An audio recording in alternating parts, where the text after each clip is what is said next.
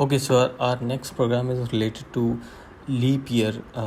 Most of you are already aware of the concept of this leap year. If you're not, then the first line will be most useful for you. So after every 4 year, we add an extra day that is counted as February 29 because the Earth takes 365.25 days to orbit the Sun. That means every 4 year we will have to add one day to keep the rhythm equal. Okay.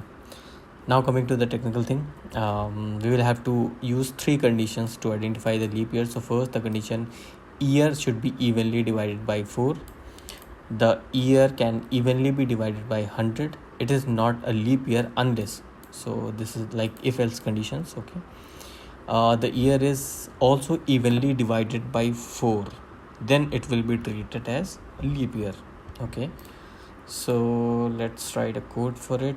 Before that, let's see the input output. So it is 1990. Of course, it won't be divided by 4, so it's false. Okay, let's write the code. So leap would be so the first condition is evenly divided by 4. Okay, so year should be, let's say, evenly divided by 4. That means equals 0. Okay, and let's put them in brackets. It's easier to read. Okay, now the year should be also divisible by 100. Okay, oh sorry, it should not be divisible by 100, otherwise it will not be a leap year. Okay, year is sorry, placing it wrong. Yeah, now it's okay. So these two are conditions which we have already written. Now we will have to check if even if it is divisible by 400. So let's put our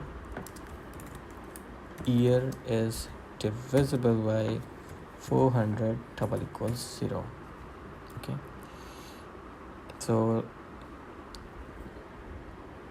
that means unless means probably they should be in the same bracket, I say.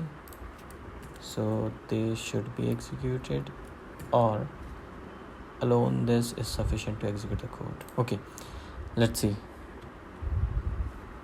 Okay, sample test case worked well.